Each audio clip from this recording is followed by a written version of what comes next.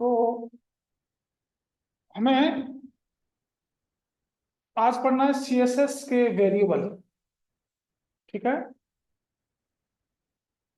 तो वेरिएबल की बात करें पहले तो वेरिएबल एक कंटेनर है जिसके अंदर किसी वैल्यू को आप स्टोर करा सकते हैं। प्रोग्रामिंग में वेरिएबल हमारे तीन टाइप के होते हैं। एक होता है लोकल, एक ग्लोबल, एक स्टैटिक। लेकिन हमारे सीएसएस में वेरिएबल दो ही टाइप के मिलेंगे आपको, लोकल और ग्लोबल। तो जो लोकल वेरिएबल है प्रोग्रामिंग में, उसका स्कोप फंक्शन के इनसाइड और फंक्शन के आउटसाइड नहीं होता, केवल फंक्शन के इनसाइड होता है। और ग्लोबल का स्कोप फंक्शन के इनसाइड भी होता है, फंक्शन के आउटसाइड भी होता है। और हर लैंग्वेज में वेरिएबल को इनिशियलाइज करने का कई अलग अलग तरीका होता है। जावास्क्रिप्ट में हम वेर कीवर्ड, लेट कीवर्ड या कॉन्स्ट कीवर्ड का यूज करते हैं। पीएचपी में हम डॉलर कीवर्ड का यूज करते हैं। अलग अलग लैंग्वेज में अलग अलग तरीका है। किसी में उसका डाटा टाइप लिखते हैं, इंट है, फ्लोट है, क्या है। लेकिन हमारे सीएसएस में जो वेरिएबल यूज होंगे वो दो टाइप के हैं, एक है हमारा ग्लोबल, एक है हमारा लोकल। तो मैंने यहां पर एक हेडिंग ली और मैंने यहां पर एक पैराग्राफ भी लिया और एक बटन लिया। ये मेरा कुछ कंटेंट है।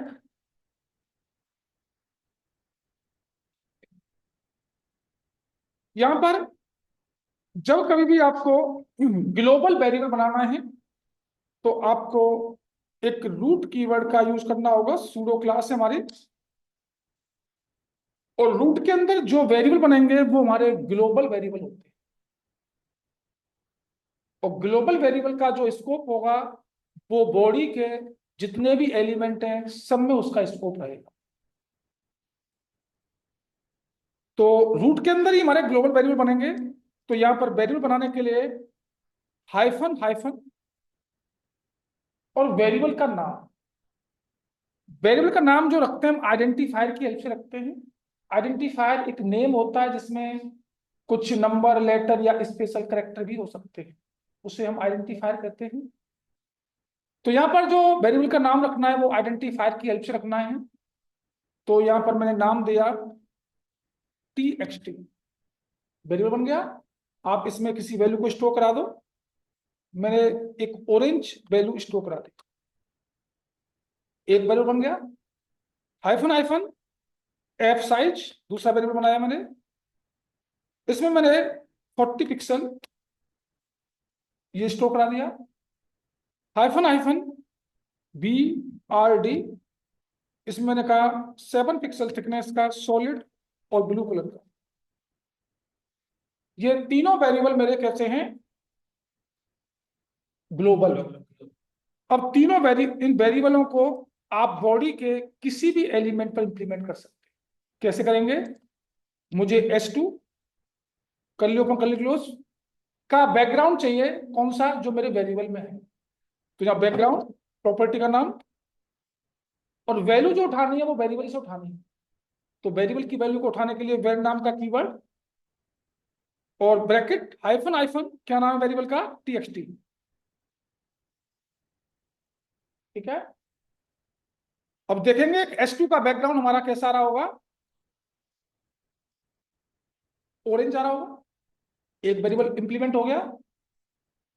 दूसरा वेरिएबल इंप्लीमेंट करना है मुझे। सपोज कीजिए मुझे बॉर्डर देना है, तो बॉर्डर,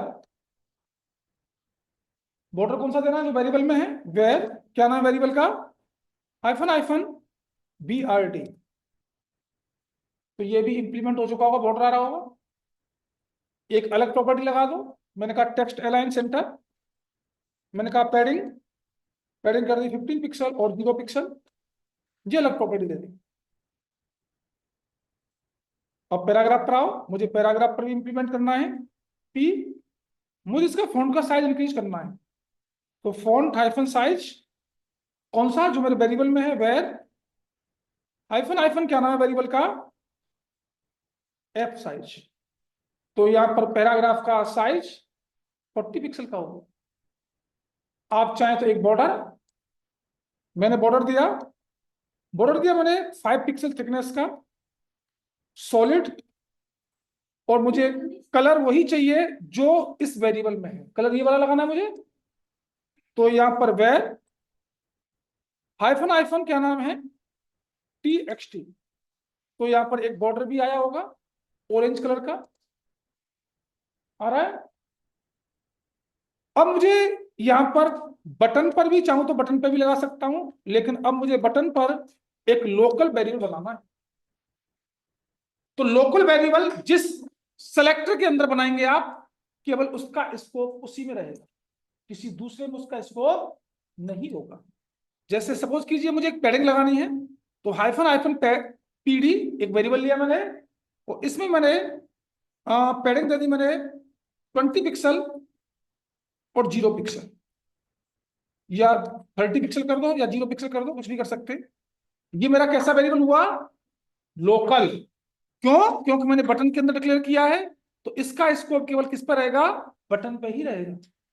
दिखाता हूं, यहां पर 30 कर दो, और अगर मैं यहां पर देता हूं जी पैडिंग, मुझे पैडिंग देनी है कौन सी, जो वेरिएबल में है, वेर क्या नाम है, हाइफन हाइफन PD।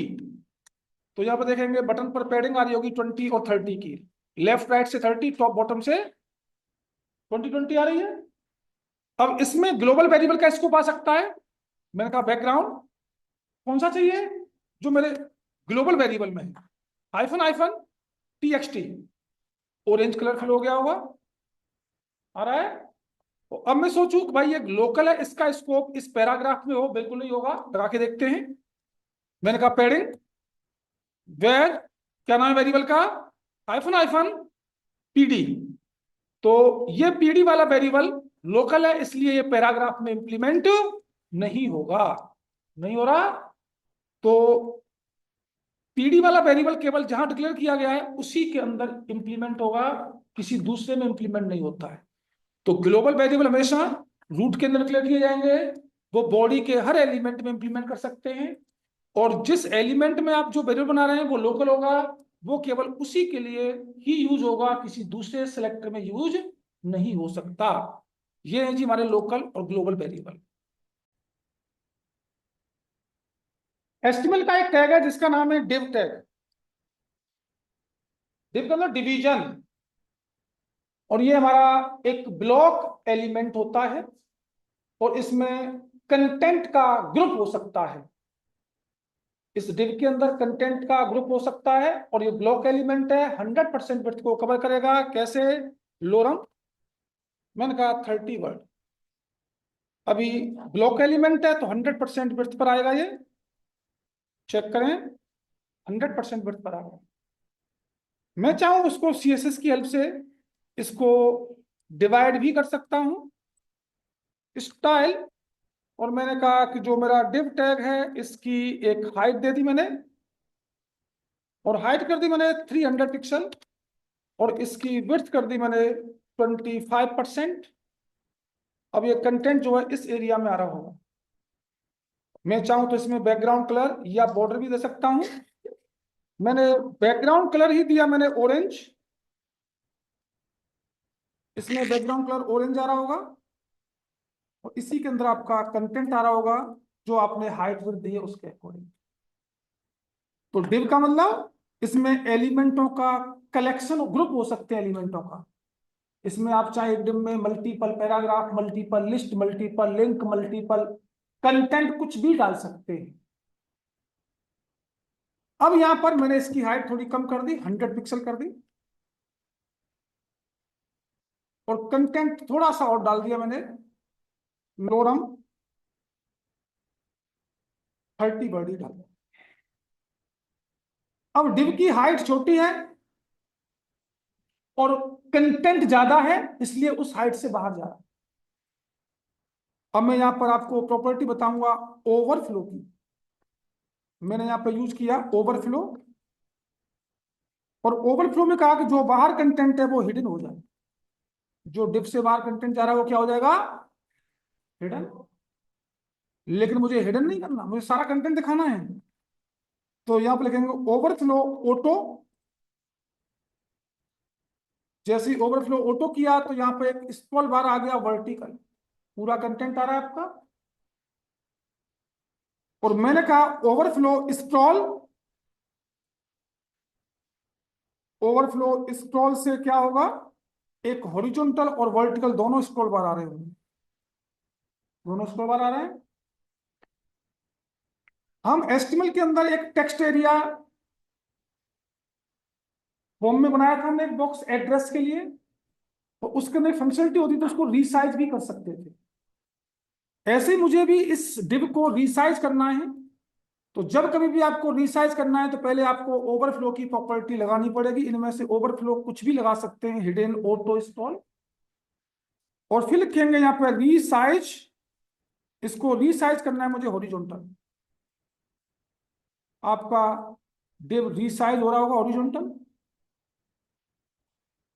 मुझे रीसाइज करना है वर्टिकल, ये वर्टिकल भी रीसाइज होगा। मैं लिखा वर्टिकल, तो ये वर्टिकल रिसाइज हो रहा होगा, अब हॉरिजॉन्टल नहीं होगा। मुझे दोनों रिसाइज करना है, हॉरिजॉन्टल और वर्टिकल, तो यहां पर लिखेंगे रिसाइज बोथ। रिसाइज बोथ से क्या होगा, ये हॉरिजॉन्टल और वर्टिकल दोनों ही रिसाइज होगा। तो रिसाइज प्रॉपर्टी तभी काम करेगी जब आपकी ओवरफ्लो की प्रॉपर्टी एक्टिव होगी। अगर ओवरफ्लो की प्रॉपर्टी एक्टिव नहीं है तो रिसाइज प्रॉपर्टी काम नहीं करती है। नेस्टेड डिव का मतलब डिव के अंदर डिव यूज करना, मल्टीपल डिव यूज करना। और जब नेस्टेड डिव बनेंगे तो आपको इनको यूजर डिफाइंड भी बनाना होगा, नहीं बनाना होगा। तो पहले लिया मैंने डिव क्लास और इसका नाम दे दिया मैंने main styling dot main. Main का इस डिव की हाइट 600 पिक्सल,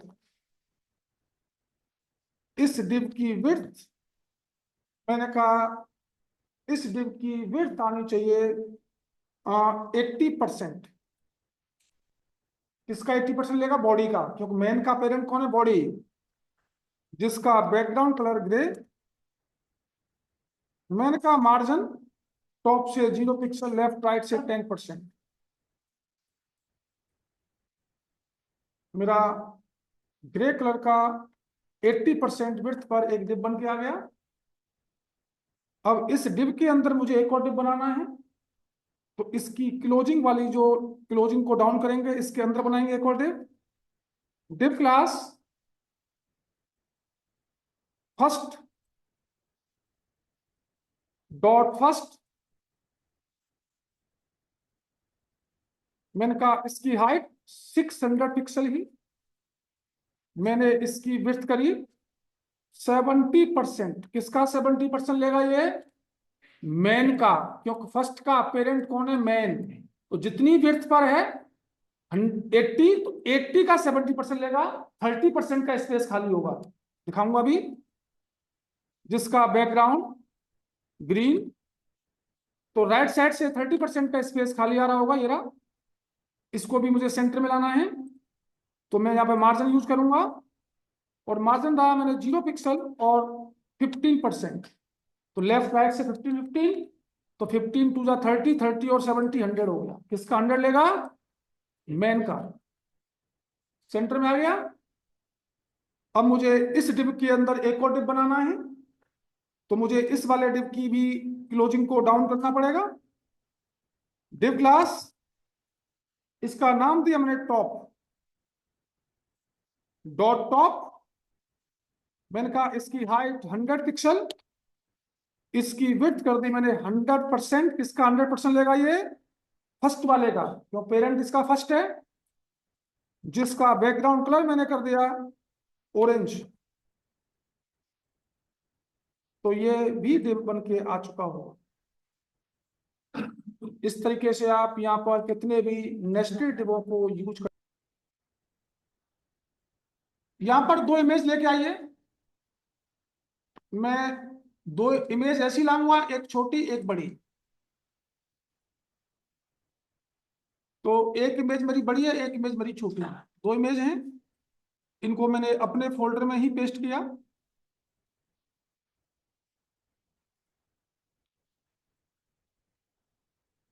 और मुझे इमेज जो देनी है डिव के बैकग्राउंड में देनी है। यहाँ पे स्टाइलिंग, जो मेरा डिव है, एक इसकी हाइट कर दी मैंने 300 पिक्सल की, इसकी विड्थ कर दी मैंने 400 पिक्सल की। इसके बैकग्राउंड में मुझे इमेज देनी है URL। बैकग्राउंड में इमेज देंगे URL, सिंगल कोट के अंदर इमेज का पाथ, क्या नाम इमेज का, बड़ी इमेज दे रहा हूं मैं pic5.jpg। अब pic5.jpg बहुत बड़ी इमेज है, डिव मेरी छोटा है। इस इमेज का कुछ पार्ट डिस्प्ले हो रहा होगा उस एरिया में, पूरी इमेज नहीं आएगी। पूरी इमेज कैसी है दिखाता हूं। मेरी पूरी इमेज कुछ ऐसी है, केवल ये वाला पार्ट दिखाई दे रहा है आपको, ये देखो यही वाला पार्ट आ रहा है। लेकिन मैं चाह रहा हूं कि ये पूरी इमेज मेरी आनी चाहिए। तो यहां पर यूज करेंगे आप बैकग्राउंड साइज कवर। जैसे बैकग्राउंड साइज कवर किया तो इसने प्रोपोर्शनली इस डिव को कवर किया होगा। तो इसमें ऐसा भी हो सकता है कि इमेज थोड़ी सी कट जाए, लेकिन मैं इस इमेज को शिफ्ट भी कर सकता हूं थोड़ा लेफ्ट में राइट में। तो यहां लिखेंगे बैकग्राउंड पोजीशन, मैंने कहा ये लेफ्ट में शिफ्ट हो जाए।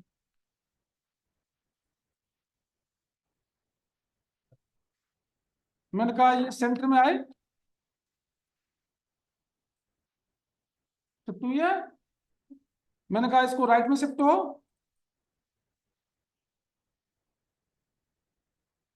शिफ्ट हो रही है जी।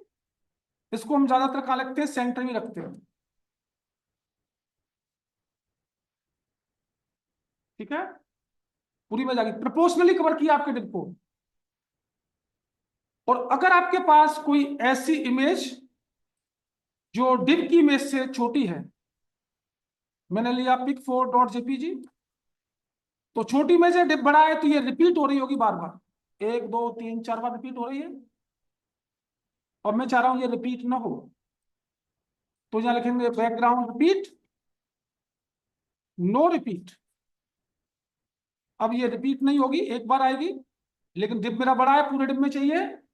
तो वही सेम चीज, बैकग्राउंड साइज कवर, कवर कराइए पूरे को, प्रोपोर्शनली कवर करेगा। और शिफ्ट करने के लिए आपको क्या यूज करना पड़ेगा, बैकग्राउंड पोजीशन। बैकग्राउंड इमेज है इसलिए इसके ऊपर कंटेंट भी आ सकता है, कोई कंटेंट भी डाल सकते हैं आप। ठीक है, बैकग्राउंड इमेज है इसलिए इसके ऊपर कंटेंट भी आ सकता है। अगर बैकग्राउंड इमेज लगानी है तो आपको कुछ इस टाइप से इमेज लगानी होंगी। तो यहां पर हमें पोजीशन को देखना है। पोजीशन हमारी एक position static, position relative, position absolute, position sticky, position fix, कई टाइप की पोजीशन होती है। तो यहाँ पर ओपेसिटी एक बार दोबारा बताइए। क्या बताऊं, क्या कह रहा था, पोजीशन। तो पोजीशन हमारी एक पोजीशन स्टैटिक होती है, एक पोजीशन रिलेटिव होती है, एक पोजीशन एब्सोल्यूट, फिक्स्ड और स्टिकी। तो इन सभी पोजीशन को हमें देखना है यहाँ पर। तो जो हमारा डिफॉल्ट होता है वो पोजीशन स्टैटिक होता है। तो पोजीशन के लिए मैंने यहां पर एक डिव ले लिया, और इस डिव के अंदर सपोज कीजिए एक इमेज है मेरी। पहले इसका डिव का नाम दीजिए, क्लास के थ्रू नाम दिया मैंने, और इसका नाम दे दिया मैंने मैन। स्टाइल मैंने कहा डॉट मैन। मैंने इसकी हाइट ऑटो कर दी, ऑटो का मतलब कंटेंट के हिसाब से बढ़नी चाहिए, ये ऑटो होता है। विड्थ कर दी मैंने 100% पे आनी चाहिए, 100% पे आ जाएगी। और कोई बैकग्राउंड नहीं, कुछ नहीं। या हाइट थोड़ी सी दे दो, फिलहाल मैं दिखा देता हूं इसी को। 100 पिक्सल किया। तो ये मेरा डिव कुछ इस तरीके से आ रहा होगा। बैकग्राउंड ने दिया, बैकग्राउंड कलर दीजिए इसका। बैकग्राउंड कलर दिया मैंने ग्रीन। तो ये मेन वाला डिव मेरा कुछ इस टाइप से आ रहा होगा। अब मैं यहां पर पोजीशन, और पोजीशन लगाता हूं स्टैटिक। आप जब कोई पोजीशन नहीं लगाते बाय डिफॉल्ट वो पोजीशन स्टैटिक ही रहती है। अब कैसे पता चलेगा स्टैटिक है? जब आप पोजीशन लगाते हैं तो उस समय हमारे left right margin, left right top bottom काम करेंगे, मार्जिन काम नहीं करेगा।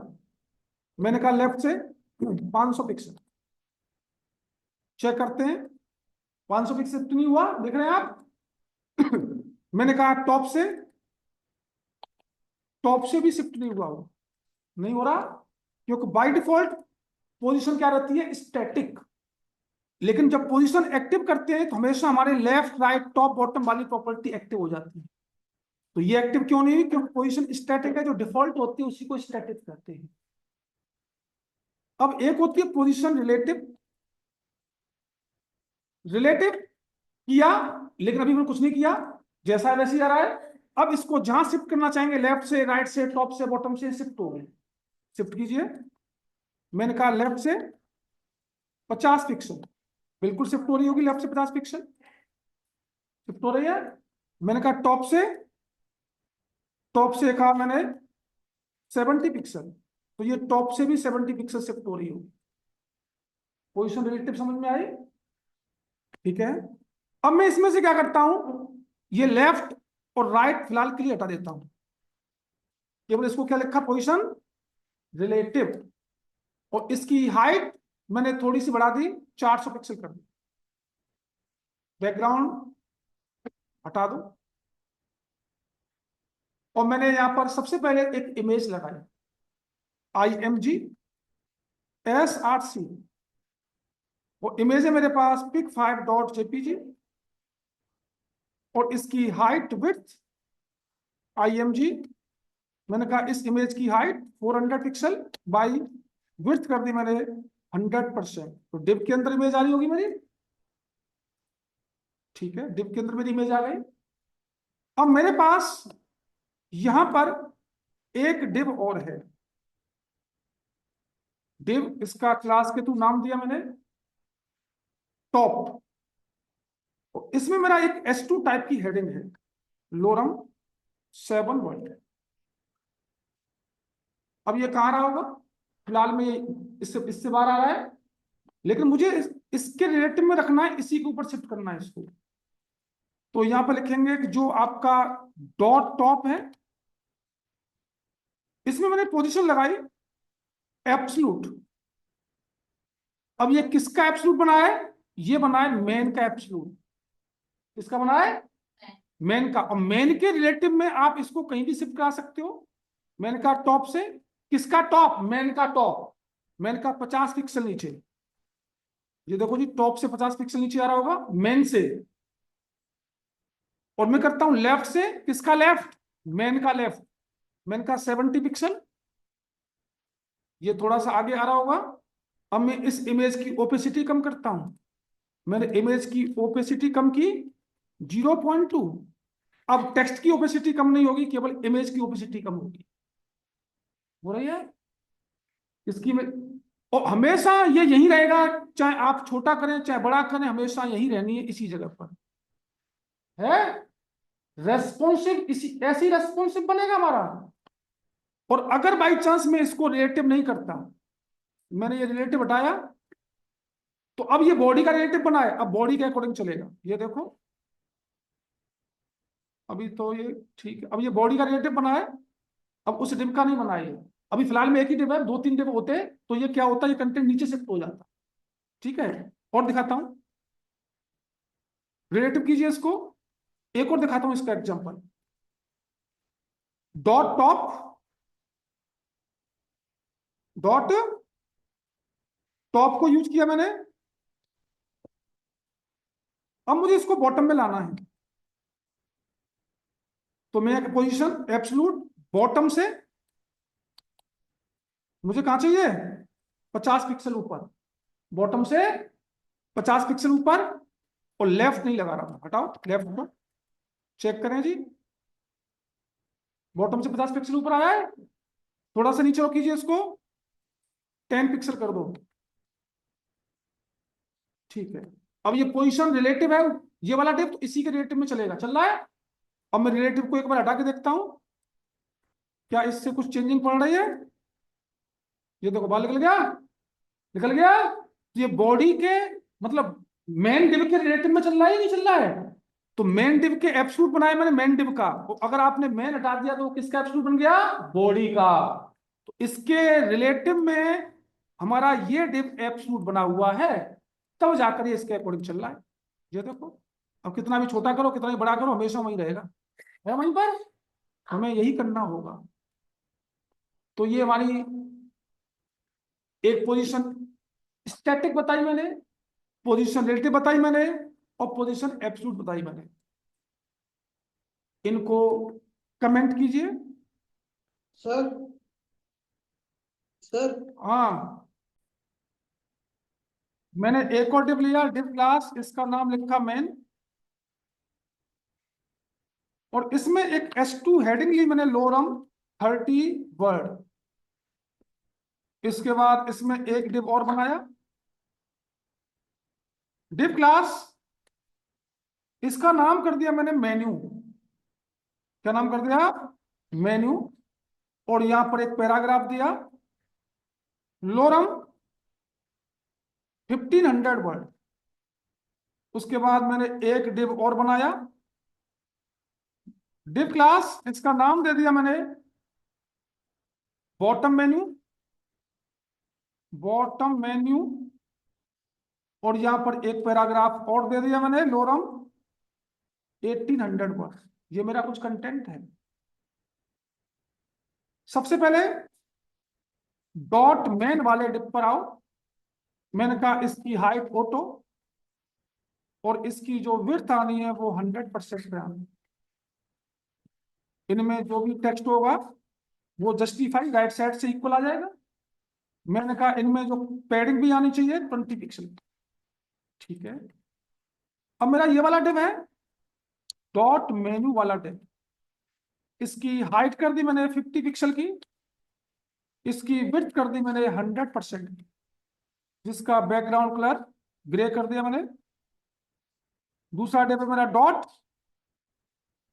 बॉटम मेन्यू, बॉटम मेन्यू, इसकी भी हाइट मैंने 70 पिक्सल, इसकी भी विड्थ मैंने 100%, और बैकग्राउंड कर दिया मैंने रेड या ब्लैक, जो भी करना है ब्लैक कर दो। अब ये फिलहाल में आ कैसे रहा होगा, पहला हेडिंग ये रही, डिव ये रहा, कंटेंट ये रहा, फिर डिव ये रहा, फिर कंटेंट ये रहा, ऐसे ही आएगा। अब मैंने इस वाले डिव को कहा पोजीशन फिक्स्ड, मेन्यू वाले डिव को क्या कहा, पोजीशन फिक्स्ड। तो जैसे ही पोजीशन फिक्स की तो ये अपनी जगह पर फिक्स हो चुका है, अपनी जगह पर फिक्स हो चुका है, वहां से नहीं हिलेगा, फिक्स हो गया। लेकिन मुझे ऐसे फिक्स नहीं करना, तो कैसे फिक्स करना है, मुझे फिक्स करना है जी स्क्रॉलिंग पर। मतलब स्क्रॉलिंग पर कैसे, जैसे मैं इसको स्क्रॉल करूं तो ये टॉप पर जाकर फिक्स होना चाहिए यहां पर, जैसे वेबसाइट में देखने को मिलता होगा। इसके लिए आपको यूज करना होगा यहां पर पोजीशन स्टिकी, और मैंने कहा टॉप से जब ये 1 पिक्सल नीचे हो वहीं पर फिक्स हो जाए। चेक करें, जैसे ही टॉप से 1 पिक्सल नीचे होगा अपने आप फिक्स हो जाएगा। ये देखो बिल्कुल गैप दिया मैंने 1 पिक्सल का, देख ऊपर कंटेंट दिखाई दे रहा होगा आपको। और इसको मुझे फिक्स करना है बॉटम पर, स्क्रॉलिंग पर ही। तो मैंने कहा यहां पर इसकी भी पोजीशन स्टिकी, और मैंने कहा बॉटम से ये 0 पिक्सल जब नीचे हो वहीं फिक्स हो जाए। दोनों डिप मेरे फिक्स हो चुके होंगे, ये देखो बॉटम पर हो रहा है और ये टॉप पर हो रहा है जी, बॉटम पर हो रहा है। तो ये होती है आपकी position, position position sticky, position fixed, position absolute, position relative, position static. लिख लिया जी, क्या लिखना है? सर एक बार देखिए तो। अब मैंने क्या किया, इस बॉटम मेनू के अंदर मुझे बैकग्राउंड में अभी जो इमेज दी थी, इमेज देनी है। बैकग्राउंड URL, और इमेज का नाम है pic5.jpg। बैकग्राउंड मेरी इमेज आ रही होगी, ये आ गई। लेकिन मुझे बैकग्राउंड की इमेज को फिक्स करना है, तो यहां लिखेंगे बैकग्राउंड अटैचमेंट फिक्स्ड। बैकग्राउंड में जो इमेज है वो फिक्स हो गई, केवल कंटेंट ऊपर नीचे जाएगा। कंटेंट जा रहा है, इमेज तो नहीं जा रही ऊपर। बैकग्राउंड में इमेज को हमने फिक्स कर दिया। बहुत सारी वेबसाइट में देखते होंगे आप, इस टाइप का बैकग्राउंड में इमेज होती है और वो फिक्स रहती है, उसकी ओपेसिटी कम रहती है। तो यहाँ पे